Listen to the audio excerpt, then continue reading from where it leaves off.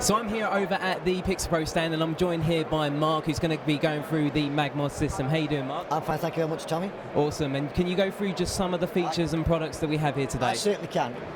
So the MagMod system is based around a modular system using magnets to connect to the speed light. It starts with a basic, what I would call grip, and this is a self-stretchy grip, which you place around the head of a speed light like so, with the magnets facing forwards. Once you've got that in place, you can then start to build and build upon the modular system. Okay.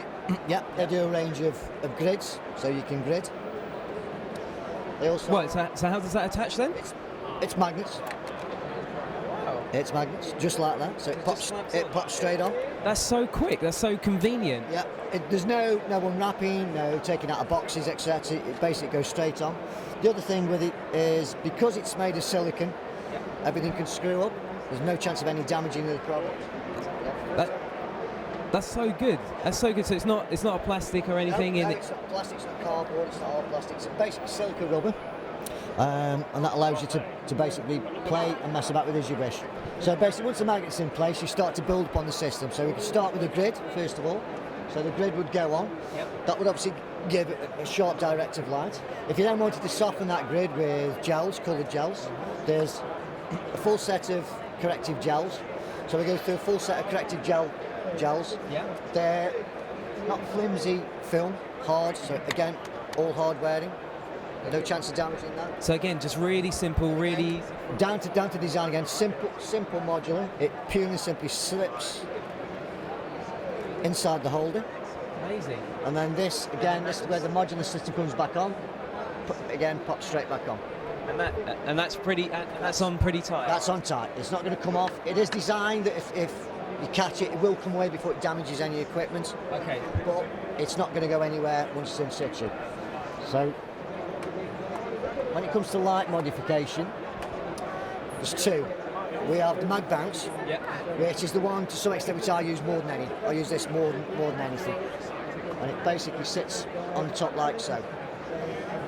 What this is because it's opaque, the reverse has no effect on any lights. There's no light producing through that. It's using this as a complete bounce. So again, made of silicone. Made of silicate. Again, at the end of the day, when you finish shooting, so you can just screw it straight up. You can just easily squash that in your bag. Pop it in your camera bag. Then when you come around, whether it be next week or in a month's time, immediately it pops back up for you. Amazing, fantastic. We pop that back on. Basically, what this does, this is a large bounce reflector. So obviously the speed light pops up into the dome, into the reflector. Actually increases the speed light power by about 100%. It does. How does it increase it? because it's bouncing around. If I was to replace this with a more traditional dome, which I'm sure. Okay, so I've seen this before. Yeah. Now the dome works upon not only producing light forwards, but bouncing off ceilings, walls, etc. Yeah. So therefore, this is quite reliant upon your surroundings. So if you have a 12-foot ceiling, you're going to get a lot of bounce. If you go in a room where the ceilings are higher, you're going to have to turn your power up. Whereas the MagBounce relies mainly upon itself to produce the light.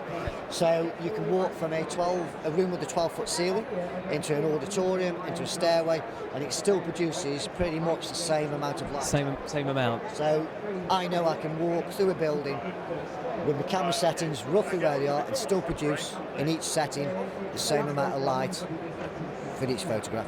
Fantastic, Mark. So can we see a demonstration of it? You can. I'll just go and get a lady and we'll do some photos for you now. Fantastic. That's fantastic. Look, the light coming down. Really nice. Okay, and again, okay then, Tommy. So as you can see now, what we get with just the MagBounce as a standard and a standard speed light is you get a real nice wrap around. It's really nice fall off. It's really soft considering it was just from a speed light, and that's just this modifier. That's just one modifier. So basically we have the standard attachment and just one modifier, which is the MagBounce. And basically that's what you get with the MagBounce. You get a real soft wrap around. You get the fall off around the edge, and you can see how it just blends down through.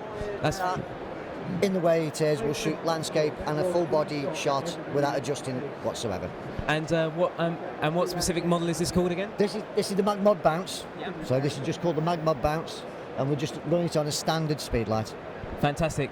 Thanks very much, Mark. Thank you very much, Tommy. Thank you very much, sir.